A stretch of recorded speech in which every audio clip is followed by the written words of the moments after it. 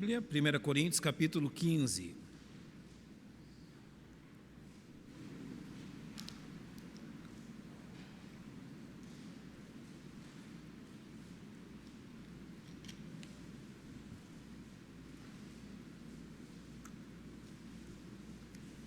É nosso desejo celebrar a ceia do Senhor ao final do culto.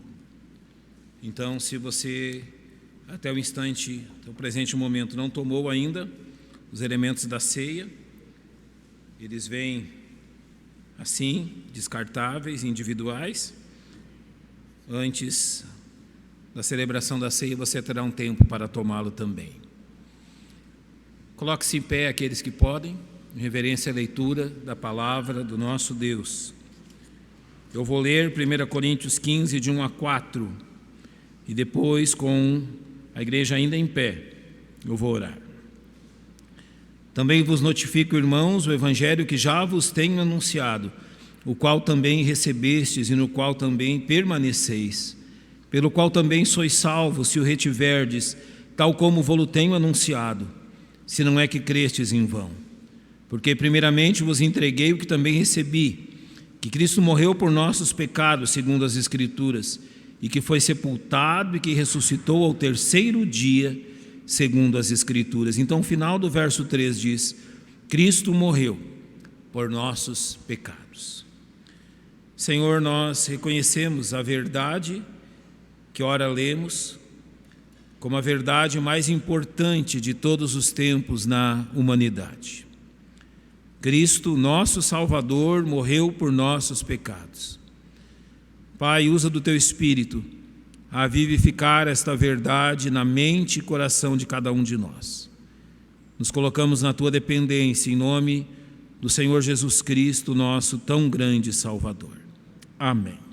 Podem se assentar, irmãos. Eu quero começar, antes de explaná-los a questão da morte de Cristo por nossos pecados, lançar duas questões e depois demonstrar doutrinariamente como essa verdade é importante para nós. Mas quando você observa 1 Coríntios 15, Paulo fala sobre anunciar aquilo que recebeu e da forma que recebeu, a fidelidade na forma que ele recebeu.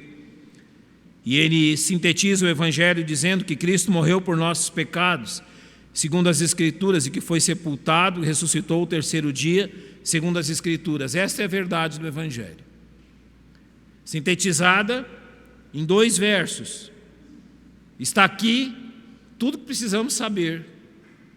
Cristo morreu pelo quê? Por nossos pecados. Foi sepultado. Então isso foi verdade. Ressuscitou ao terceiro dia, eis a glória do seu ministério salvífico. E isto está de acordo com a palavra de Deus, com as Escrituras. Agora, eu preciso lembrar-lhe de 2 coisas. Primeiro, uma questão mecânica. E depois, uma questão sobrenatural. A primeira, uma questão mecânica. A palavra, o Evangelho, aquilo que Paulo disse aqui, precisa chegar ao ouvido das pessoas. Precisa chegar ao ouvido dos nossos filhos. Precisa chegar ao ouvido de todas as pessoas deste mundo, ide por todo o mundo e pregai o Evangelho a quem? A toda criatura. Notem, isto é uma questão mecânica. Por que mecânica? Porque requer a nossa fidelidade, o nosso sacrifício, o nosso trabalho, o nosso desejo de que as pessoas conheçam a mensagem de salvação. Você pensa na sua família, nos seus filhos. Você pensa nas pessoas que você ama. A mensagem do Evangelho precisa chegar aos ouvidos delas. Os seus filhos precisam ouvir da verdade de Cristo. Isso precisa ser lembrado constantemente. Eu vou lembrá-los hoje, de par em par, as verdades que correspondem a isso que Paulo está apresentando aqui, as verdades do Evangelho quanto à morte de Cristo. Notem, também isso é mecânico, eu estou usando de didática, eu estou usando de prédica para mostrar para vocês os pontos que a Bíblia apresenta e como eles são colocados e como você deve saber e dizer a você: olha, isto é o que os seus filhos precisam saber, isto é o que os seus amigos precisam saber, isto é o que a sua família precisa saber, isto é o que tem que entrar pelos seus ouvidos. Mas ainda nós estamos na questão mecânica, naquilo de apresentar essa verdade. Mas daí entra a questão sobrenatural. O Espírito Santo há de usar essa verdade lançadamente para convencer o coração. Agora nós entramos naquilo que não está no nosso poder, não está na nossa capacidade, mas está na dependência do que o Espírito Santo pode fazer e deve fazer. Mecanicamente, com o nosso esforço, nós mostramos, e Paulo é um professor didático fantástico, ele coloca os pontos tão bem, os subpontos, ele volta à verdade principal, ele faz isso de uma forma incrível. Mas se isso não for vivificado pelo Espírito Santo aos corações, jamais haverá salvação. A verdade precisa tornar-se viva. A verdade precisa tornar-se uma verdade absoluta, não só uma concordância intelectual, mas aquilo que nós chamamos de fé. Notem que a fé, então, ela passa pela razão. Nós entendemos, hoje pela manhã eu falei para vocês em 1 João 5,19, João começa o versículo dizendo: sabemos. E mostrei a vocês a importância disso, de saber, de conhecer a verdade. Mas há também o santo ministério do Espírito a vivificar esta verdade no coração. A primeira questão que eu trago diante de vocês é: primeiro, vocês estão permitindo que a verdade da palavra de Deus estão trabalhando para isso. Deus quer falar conosco, Ele fala conosco pela sua palavra. Então você está lançando o conhecimento da verdade de Deus à sua mente, à mente dos seus filhos, das pessoas da sua família. A sua família está lendo a Bíblia, a sua família está ouvindo o que Deus tem para dizer, a sua família está tirando, eu falei isso para os jovens ontem, em 1 João 2, 15 a 17, a sua família está tirando os olhos do mundo e do brilho desse mundo, e ela está colocando os olhos dentro da palavra de Deus para que Deus fale com ela. Notem, essa é a parte mecânica, essa é a parte da nossa obrigação. Então, quando nós colocamos os olhos na bendita palavra de Deus, e essa palavra começa a falar o nosso coração e a nossa mente, o Espírito Santo vem e a vivifica, torna Jesus real, torna a verdade pregada real. E se Ele não fizer isso, eu repito, não há salvação. Quando os judeus acusaram Jesus de realizar obras, expulsar demônios pelo poder de Satanás, Jesus ali os sentenciou dizendo que eles eram agora réus eternos. Eles não teriam mais oportunidade de salvação. Notem, aquilo não é possível de acontecer hoje. Aconteceu naquele tempo porque uma das pessoas da Trindade, o Filho, Jesus Cristo, estava fisicamente diante deles. Eles acusaram uma pessoa da Trindade pessoalmente diante deles, Jesus. Isso não é possível hoje. Então o pecado contra o Espírito Santo não é possível de ser cometido hoje, mas foi cometido naquela ocasião. E sabe qual a razão? Quem realizava as obras em Jesus era o Espírito Santo de Deus. E eles estavam dizendo que quem fazia aquilo era Satanás. Eles mesmos fecharam as portas para a única forma de serem convencidos dos seus pecados, pela ação do Espírito Santo de Deus. Eu quero terminar essa introdução dizendo o seguinte: você pode entender tudo que dizemos aqui. Você pode compreender ponto do ponto que eu vou demonstrar a vocês. Depois você pode rever a mensagem na página da igreja e analisar ponto por ponto, mas ainda tudo é mecânica. Mas se você não dobrar-se, e você não quebrantar-se, ao ponto de permitir que o Espírito Santo trabalhe na sua mente e no seu coração, tudo isso é inútil. Tudo isso não chega a lugar nenhum, se o bendito Espírito Santo não quebrantar-nos. O que eu lhe digo em primeiro lugar, é isso que está acontecendo conosco. Nós estamos ouvindo a palavra de Deus e dando lugar a que o Espírito Santo quebrante o nosso coração. Existe a parte mecânica, a nossa parte. Existe a parte sobrenatural, a do Espírito. E Jesus disse a respeito da união dessas duas partes, que a letra mata, mas o Espírito vivifica. Precisamos que o Espírito Santo vivifique a sua verdade aos nossos corações. Eu quero apresentar-lhes a verdade que Paulo apresenta aqui. Cristo morreu pelos nossos pecados, de uma forma didática, como eu disse, mas tensionando e permitindo que o Espírito Santo use a sua espada afiada de 2 gumes, a adentrar no nosso coração e a torcê-la e realmente a discernir em nosso coração aquilo que é necessário.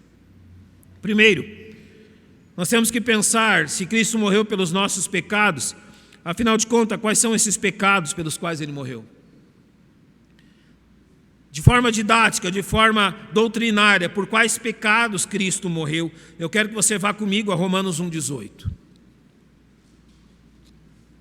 Notem como começa a apresentação do Evangelho na Bíblia.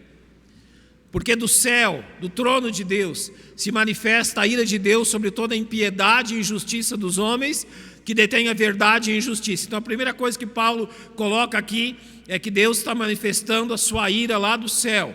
Deus é um Deus que derrama sua ira contra o pecado e contra o pecador. Mas Deus está derramando a sua ira contra o quê? Ele diz 2 coisas: impiedade e injustiça.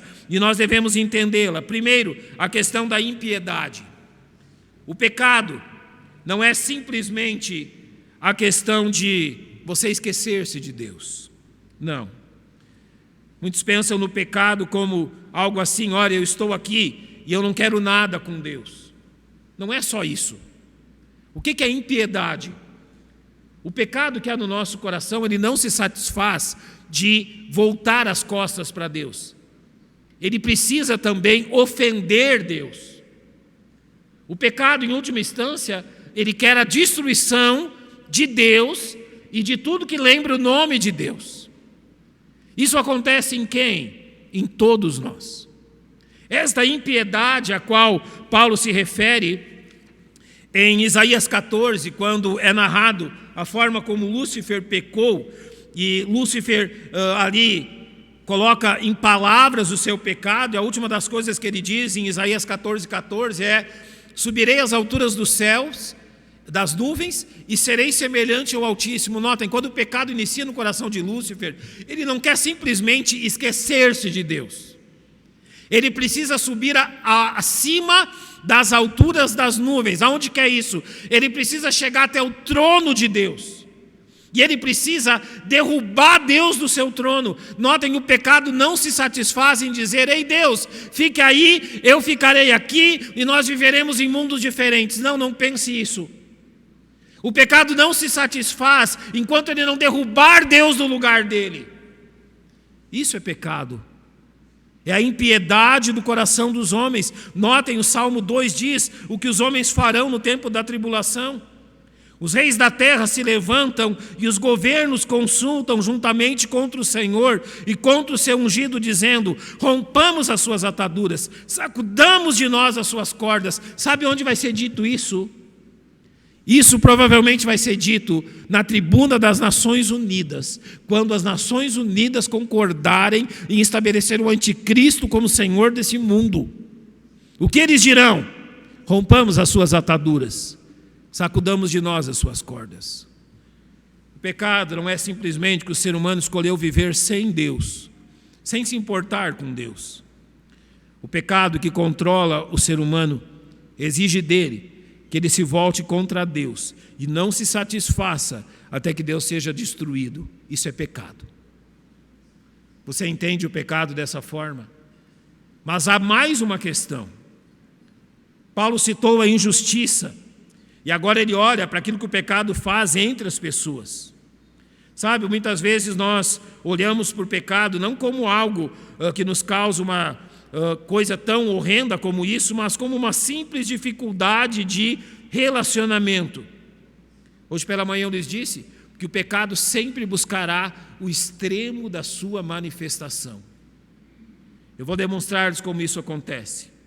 1 João, capítulo 3, verso 12, falando sobre Caim, diz o seguinte: não como Caim, que era do maligno e matou a seu irmão. E por que causa o matou? Porque as suas obras eram más e as de seu irmão justas. As obras de Caim eram como más. Então preste atenção numa coisa: Caim não matou o seu irmão porque ele encontrou um grupo na esquina que, olha, fez a cabeça dele e diz: olha, por que você não se livra do seu irmão?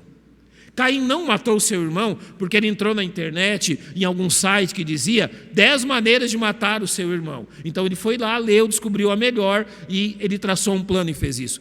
Caim não foi influenciado por nada a não ser aquilo que estava no coração dele. E pelas suas obras más e por aquilo que tinha no coração dele, ele foi lá e matou o seu irmão. Isso é injustiça. Quando em Marcos 7, Jesus nos diz, dos versos 21 a 23, porque do interior do coração dos homens saem os maus pensamentos, os adultérios, as fornicações, os homicídios, os furtos, a avareza, as maldades, o engano, a dissolução, a inveja, a blasfêmia, a soberba, a loucura. Que lista! Todos estes males procedem de onde? Do nosso coração e contaminam a nossa vida. As guerras, estamos ouvindo aí que pode estourar a qualquer momento uma guerra entre a Rússia e a Ucrânia. Guerras não são obra do acaso, são obra, sabe do quê? Do pecado do coração do homem. Se Deus não colocasse um limite, a alma humana, a raça humana já teria se auto-exterminado. Nós teríamos já matado uns aos outros. Se Deus não estivesse estabelecido as autoridades, em Romanos 13 diz que a autoridade traz a espada. Sabe para quê? Para que o ser humano tenha medo. A única coisa que segura o pecado do nosso coração é o medo. Medo de ser punido. Não é amor pelo bem, é medo de receber a sentença. As primeiras duas coisas que nós temos que aprender são exatamente essas. Afinal de contas, por que Deus está irado? A ira de Deus é a resposta dele ao nosso pecado. A ira de Deus é a resposta dele à impiedade do coração do homem e à injustiça que o homem demonstra. Notem, este é um ensinamento bíblico. Este é um ensinamento ao qual nós devemos atentar os nossos olhos. Em segundo lugar, as consequências do pecado lançadas então sobre Jesus, porque o texto diz que Cristo morreu por nossos pecados. Aqui também, de forma didática, há duas coisas que nós precisamos prestar atenção. Como que o pecado chegou então até nós ao ponto de Cristo ter que morrer por nós? A Bíblia mostra duas formas. A primeira delas nós chamamos por imputação. Sabe o que é isso? Deus estabeleceu que o pecado de Adão seria colocado na conta de todos nós. Em Romanos 5,19 está escrito: porque pela desobediência de um só homem, muitos foram feitos pecadores. Sabe o que significa? Aquilo que Adão fez foi lançado na nossa conta. Mas não somente por imputação, por uma lei de Deus, mas também por herança, porque o pecado passou a ser transmitido de pai para filho em todas as gerações. Davi lembra isso no Salmo 51 ao dizer: eis que iniquidade foi formado, e em pecado me concebeu minha mãe. Então todos os seres humanos passaram a sofrer as consequências do pecado desde a sua formação. E a Bíblia nos ensina qual foi e é a consequência desta atitude. Em Gênesis capítulo 2, versos 16 e 17, ao ordenar a Adão o que ele devia fazer, Deus disse assim: de toda árvore do jardim comerás livremente, mas da árvore do conhecimento do bem e do mal, dela não comerás, porque no dia em que dela comeres, certamente morrerás. Qual foi a sentença contra o pecado? A morte. Agora nós precisamos entender. Primeiro entendemos contra o que Deus se ira. Agora a consequência de ser um pecador. Certamente morrerás. E a morte é a separação, tanto da alma e do corpo, quanto do ser humano, do seu Criador. O resultado da desobediência e do pecado tornou-se a morte. Mas agora, preste atenção em 3 questões a respeito dessa morte. Primeiro, a morte tornou-se um inimigo universal. Todos nós aprovamos em nossa vida. Em Romanos 5,12 é dito: portanto, como por um homem entrou o pecado no mundo e pelo pecado a morte, assim também a morte passou a quem? A todos os homens. Eu falei-lhes de ensinar o evangelho aos seus filhos. Este é um dos versos mais importante das Escrituras para ensinar aos nossos filhos. Romanos 5,12 é essencial no ensino aos nossos filhos, à nossa família. Assim também a morte passou a quem? A todos os homens. A mim também, papai. Sim, a todos nós. Não importa quem sejamos, a todos nós. A partir da entrada do pecado, o ser humano tornou-se sujeito à morte física e à morte eterna, a qual a Bíblia chama a primeira e a segunda morte. Em Romanos 5,14 há um dado triste. No entanto, a morte reinou desde Adão até Moisés, até sobre aqueles que não tinham pecado, a semelhança da transgressão de Adão, o qual é a figura daquele que havia de vir. Notem o que esse verso está dizendo. Que a morte reinou desde que o homem foi criado até Moisés, quando foi dada a lei. Não precisava da lei para a morte reinar. Então, até sobre aqueles, ele diz que não pecaram a semelhança da transgressão de Adão. Isso é importantíssimo. Adão pecou conscientemente e voluntariamente. Adão sabia o que estava fazendo. Então, quando ele diz, até a semelhança daqueles que não pecaram, a semelhança da transgressão de Adão, ele está dizendo sobre pessoas que não fizeram absolutamente nada e que nem consciência têm do que fazem. Sabe de quem ele está falando para provar que a morte reina sobre todos nós? Crianças morrem. O que as crianças fizeram? Qual o pecado delas? Há entre nós aqueles que nascem e durante toda a sua existência não têm nenhuma capacidade de raciocínio. Eles não entendem o que é certo, não entendem o que é errado, não sabem o que é pecado e eles morrem. O que eles fizeram? O que uma pequena criancinha fez? O que alguém que não tem consciência, não tem capacidade intelectual fez para merecer a morte? Sabe o que eles fizeram? Eles simplesmente são um de nós. Eles simplesmente nasceram na nossa raça.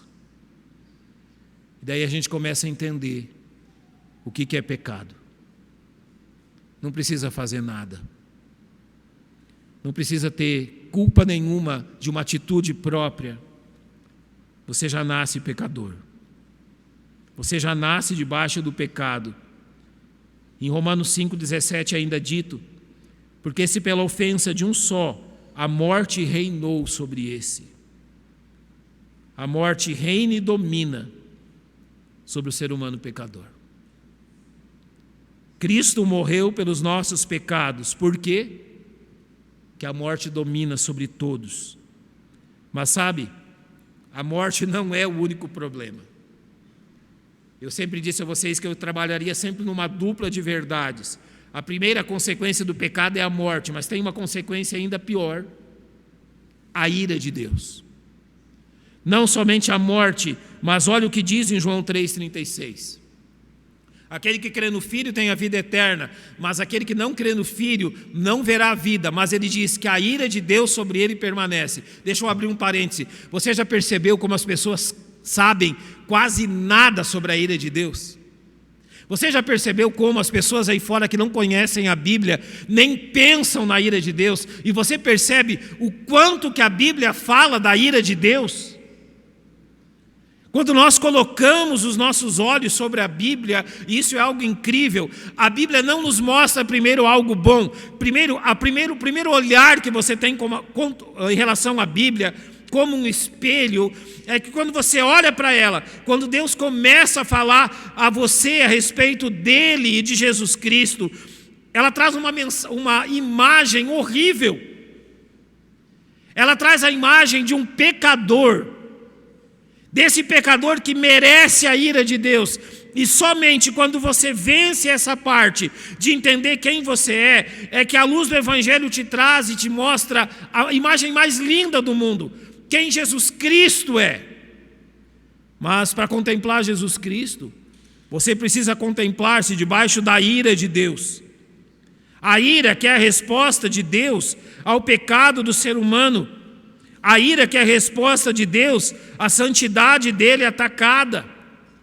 Em Romanos 2,5 surge um grande problema a respeito dessa ira. Mas segundo a tua dureza e teu coração impenitente entesouras ira para ti, então ela diz, vai chegar o dia da ira. O dia que Deus vai mostrar sua face para o ser humano. E as pessoas vão dizer assim, Deus, eu nunca imaginei que você era assim. Deus, eu nunca pensei, sempre me disseram que tu eras um Deus de amor, Pai de todo mundo. E agora que eu estou diante do teu juízo, uma ira que ninguém pode resistir. Eu nem sabia de tudo isso, como assim essa ira? Nunca me disseram que tu eras um Deus de ira. Daí eu volto à primeira questão. Você já viu a importância da nossa família aprender da Bíblia? Não tem outro jeito de aprender sobre Deus a não ser sobre a Bíblia, tendo a Bíblia como nossa direção. Você precisa ter os seus olhos na Bíblia o tempo todo. Você precisa ensinar o seu filho a ver este mundo pelos olhos da Bíblia. Se você quer que o Espírito Santo realize uma obra no coração dele, a obrigação de lançar a palavra de Deus diante dos olhos dele é sua. Então o Espírito Santo há de vivificar essa verdade. Eu vim a Cristo com 6 anos, quando eu aprendi a ler, eu achei aquilo tão incrível. Porque já não eram as pessoas que me diziam as coisas, mas eu fui juntando as letras. E graças a Deus, pela minha mãe, pelo meu tio, que colocaram uma Bíblia diante dos meus olhos, eu comecei a ler Mateus, Marcos, Lucas, João. E eu achei aquilo tão incrível, a própria capacidade que agora eu tinha, não de ouvir simplesmente o que diziam, mas de ler na Bíblia e aprender da Bíblia. E literalmente, eu vou usar essa palavra, eu me apaixonei pela pessoa de Cristo. Eu achei tão incrível aquilo que a Bíblia fala sobre Ele, aquilo que a Bíblia ensina sobre Ele. Eu nunca tinha visto ninguém igual a Ele. E eu criei nele. Mas, quando você cresce, eu cresci na igreja. Eu já tinha uns 13 anos, havia um estudo escatológico na igreja. Eu saí da igreja perturbado. O pastor havia falado sobre tudo aquilo que vai acontecer na tribulação. Eu chamei minha mãe e disse, olha, eu não estou bem, minha mente, o meu coração não estão bem. Estava assustado, medroso. Eu disse, tudo isso aí é verdade? Tudo isso aqui então vai acontecer, daqui a uns dias isso tudo vai se dar? Sim, vai se dar, é verdade. Sabe, a Bíblia precisa chacoalhar o coração dos nossos filhos. A Bíblia precisa chacoalhar o coração dos nossos adolescentes. A Bíblia precisa chacoalhar o coração dos nossos jovens. A Bíblia precisa chacoalhar o coração de nós adultos. Incutir temor, incutir realmente o temor de tudo aquilo que ela diz. E quando nós olhamos então para um Deus de ira, nós então somos consolados por um Deus de amor. Mas primeiro é a ira. A Bíblia, pelo seu Espírito, precisa sacudir o nosso coração. Eu quero terminar mostrando a vocês como Deus tratou dos nossos pecados em Jesus Cristo, porque nós estamos lendo que Cristo morreu pelos nossos pecados. Talvez você não preste atenção nesse versículo, mas Mateus 1:21 é central no Evangelho. Quando o anjo anuncia o nascimento de Jesus, ele diz assim: e dará à luz um filho, e chamarás o seu nome Jesus, porque ele salvará o seu povo dos seus pecados. Olha que coisa incrível. O anjo está dizendo: sim, esse Jesus, vocês vão colocar o nome dele de Jesus, esse é o nome dele, foi o anjo que escolheu, porque ele tem uma missão: salvar o seu povo dos seus pecados. Isso significa, e eu estou sempre trabalhando numa dupla de verdades, isso significa duas verdades preciosas. A missão do Messias é afastar o pecado de seu povo, e para isso acontecer, é preciso que o seu povo seja separado dos seus pecados, porque o pecado é aquilo que causa a morte e a ira de Deus. Então nós vamos ser afastados dos nossos pecados. Enquanto nós não formos separados dos nossos pecados, a morte e a ira mantêm o seu trabalho. Mas graças a Deus que a Bíblia nos dá uma ilustração maravilhosa sobre isso. Me acompanhe em Levítico 16. Olha que ilustração incrível. Versos 8 a 10. E Arão, agora está falando aqui do tempo ainda da lei. Arão lançará sorte sobre o quê? 2 bodes. Deus usou então de forma também didática 2 bodes para ensinar a nação de Israel 2 verdades importantíssimas. Uma sorte pelo Senhor e a outra sorte pelo chamado bode emissário. Então o verso 9 diz: Então Arão fará chegar o bode sobre o qual cair a sorte pelo Senhor e o oferecerá para expiação do pecado. Esse é o primeiro bode, mas olha o segundo agora. Mas o bode sobre o que cair a sorte para ser bode emissário, apresentar-se-á vivo perante o Senhor para fazer expiação com ele, a fim de enviá-lo ao deserto como bode emissário. Então aqui ele vai nos ensinar o papel e aquilo que representa cada um desses bodes. O primeiro bode, no verso 9, é dito: em Arão fará chegar o bode sobre o qual cair a sorte pelo Senhor e o oferecerá para expiação do pecado. Sabe o que esse bode representa? O primeiro aspecto da morte de Cristo. Em Levítico capítulo 16, verso 16, falando de expiação, é dito: assim fará expiação pelo santuário por causa das imundícias dos filhos de Israel e das suas transgressões e de todos os seus pecados, e assim fará para a tenda da congregação que reside com eles no meio das suas imundícias. Assim fará expiação. Assim como os pecados do povo eram simbolicamente lançados sobre esse animal, em Cristo, os nossos pecados foram lançados sobre ele. Sabe o que é a expiação? Ele morreu pelos nossos pecados. Os nossos pecados foram purificados nele. Em 2 Coríntios 5:21 é dito que aquele que não conheceu o pecado, Deus o fez pecado por nós, ou seja, Jesus morreu em nosso lugar. Sabe por que ele fez isso? Qual é o primeiro problema? Eu disse 2 problemas: a morte e a ira. Sabe por que Jesus morreu? Porque primeiro, ele precisa resolver o problema da morte como consequência do nosso pecado. Sabe, a partir do dia em que Jesus morreu na cruz, ele trouxe-nos a salvação e nos trouxe a solução desse problema. Assim descrito em Hebreus capítulo 9, você conhece bem o verso 27, como aos homens está ordenado morrerem uma vez, vindo depois disso o juízo. E olha o que diz o verso 28, assim também Cristo, oferecendo-se uma vez para levar os pecados de muitos, aparecerá segunda vez sem pecado aos que o esperam para salvação. Então, assim como ele ofereceu-se uma vez para levar os pecados de muitos. Sabe, quando Cristo morre na cruz, ele sofre a morte em nosso lugar, de tal forma que quando a morte nos atinge, ela não tem mais o papel que tem sobre os pecadores. Eu mostrei a vocês que a morte é a punição contra o pecado. Você já creu em Jesus? Você é um salvo por ele? Significa que a morte não tem mais o poder de te punir. A punição da morte, da sua e da minha morte, Jesus a sofreu em nosso lugar. Isso significa que no dia que, se morrermos, a nossa morte não será punitiva, mas simplesmente a abertura da porta para que nós cheguemos no nosso lar. Cristo morreu pelos nossos pecados.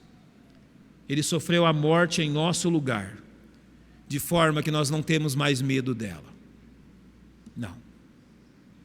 Nós não temos medo do que ela causa. Nós sabemos o que vem depois. Ao morrer pelos nossos pecados, Ele resolveu o problema da morte. Se comerdes deste fruto, certamente morrerás. O salário do pecado é a morte. Pois bem, Jesus morreu por nós e resolveu o problema da morte. A punição foi liquidada. E a morte nunca mais reinará sobre nós. Não somente isso, há um segundo bode. Olha os versos 20 a 22 de Levíticos 16. Havendo, pois, acabado de fazer expiação pelo santuário e pela tenda da congregação e pelo altar, então fará chegar o bode vivo. E Arão porá ambas as suas mãos sobre a cabeça do bode vivo, e sobre ele confessará todas as iniquidades dos filhos de Israel, e todas as suas transgressões e todos os seus pecados, e o porá sobre a cabeça do bode, e enviá-lo-á ao deserto, pela mão de um homem designado para isso. Assim aquele bode levará sobre si todas as iniquidades deles, a terra solitária, e deixará o bode no deserto. Sabe agora o segundo problema? Quando Cristo morre por nós, Ele morre a punição que era sobre nós, a morte punitiva sobre nós é lançada sobre Ele. Mas eu falei que não é só a morte, tem outro problema, a ira. Jesus morreu para nos separar dos nossos pecados. Uma vez que a ira de Deus está sobre nós, a consequência é que nós precisamos retirar esta ira, ser afastado do pecado, para que a ira não mais esteja sobre nós. Então, o segundo motivo, a segunda questão, o resultado da morte de Cristo, é que Ele sofre na cruz a ira de Deus. Ele nos afasta dos nossos pecados. Esse bode, ele não morria. Ele era levado ao deserto e ele ia cada vez mais longe do povo de Israel. Então a Bíblia diz que Deus afastou de nós os nossos pecados, e a ira de Deus já não tem mais como alvo eu e você. Jesus resolveu o problema da morte, e Jesus resolveu o problema da ira, e 1 Pedro 2,24 diz: levando Ele mesmo em seu corpo os nossos pecados sobre o madeiro, para que, mortos para os pecados, pudéssemos viver para a justiça, e pelas suas feridas fostes sarados. Deixa eu lembrar-lhes os 3 pares de verdades que lhes disse. Primeiro, a ira de Deus se levanta contra a impiedade e a injustiça. É isso que somos. Mas graças a Deus, que agora, então, Jesus Cristo resolveu isso, porque essa impiedade e injustiça tem como resultado em Deus a morte e a ira. Mas ao morrer pelos nossos pecados, Jesus não somente sofreu a punição da morte, como afastou-nos dos nossos pecados, e agora então a ira de Deus não está mais sobre nós. Em 1 Coríntios capítulo 5, versos 14 e 15 é dito: porque o amor de Cristo nos constrange, julgando nós assim, que se um morreu por logo todos morreram, e Ele morreu por todos, para que os que vivem não vivam mais para si, mas para aquele que por eles morreu e ressuscitou. Quando eu lhes digo que nós temos sobre nós a obrigação da parte mecânica, de mostrar aos nossos filhos, à nossa família, aqueles que nos cercam, as verdades do Evangelho, eu estou lhes dizendo que a fé vem pelo ouvir da verdade da palavra de Deus, e que a Bíblia é a luz que ilumina o nosso coração, para que nós conheçamos o nosso Deus e a sua tão grande salvação. Notem, tudo isso ainda está dentro da parte mecânica. Eu apresentei a você a verdade, mas agora há a parte sobrenatural. Nós precisamos permitir que essa verdade quebrante o nosso coração, a fim de que o Espírito Santo faça a obra ali. Que bom é, uma das maiores alegrias de um pai é quando um filho Depois de um culto, na Escola Cristã Jaime Rose, há poucos dias atrás, 5 crianças tomaram essa decisão. Já são mais de uma centena de crianças na Escola Cristã Jaime Rose. Imagina a alegria desses pais quando a criança chega em casa e ela diz: pai, hoje eu criei em Jesus Cristo, entreguei a minha vida a Ele. Hoje eu fui salvo. Você vê que todo o seu zelo, que todo o seu esforço, que tudo aquilo que você realizou para que a verdade chegasse ao coração dele, frutificou. É uma alegria sem igual. Saber que os nossos filhos são salvos, saber que os reencontraremos no céu, sabemos que a única coisa deste mundo que levaremos para lá, que achamos que pertence a nós, são eles. É glorioso isso. Mas para que isso aconteça, nós precisamos também permitir que o Espírito Santo trabalhe no nosso coração. Sabe, depois de ouvir sobre o pecado, você pode sair daqui, ir a uma lanchonete, ir para a sua casa, está lá já a janta pronta, ou pedir a janta, e você vai comer tranquilamente o seu jantar, vai colocar a sua cabeça sobre o travesseiro, dormir. Parece que nada disso significa nada. Mas quando nós permitimos que o Espírito Santo vivifique essa verdade aos nossos corações, acontecem 2 coisas. A primeira, se nós estamos dando lugar ao pecado, ele vai trabalhar e vai pesar sobre o nosso coração, para que nós abandonemos aquilo pelo que Cristo morreu por nós. E quando então a nossa vida está em comunhão com Ele, nós colocamos a cabeça sobre o travesseiro e é tão agradável saber e lembrar o que Jesus fez por mim. Como você vai dormir nessa noite é escolha e consequência sua. Só sua. Mas que o Espírito Santo tenha lugar no seu coração de verdadeiramente trabalhar e chacoalhar. Quando Paulo fala sobre a espada aguda de 2 gumes, é a ação dele. O trabalho da igreja é lançar a verdade. Mas a espada aguda de 2 gumes está na mão do Espírito. Então ele adentra a nossa alma e ele agira de forma poderosa, discernindo os pensamentos e propósitos do coração e discernindo o que tem lá dentro de nós. Que Ele tenha a liberdade de fazer isso conosco hoje. Que Ele tenha a liberdade de adentrar, discernir e purificar. Vamos fechar os nossos olhos, nós vamos orar.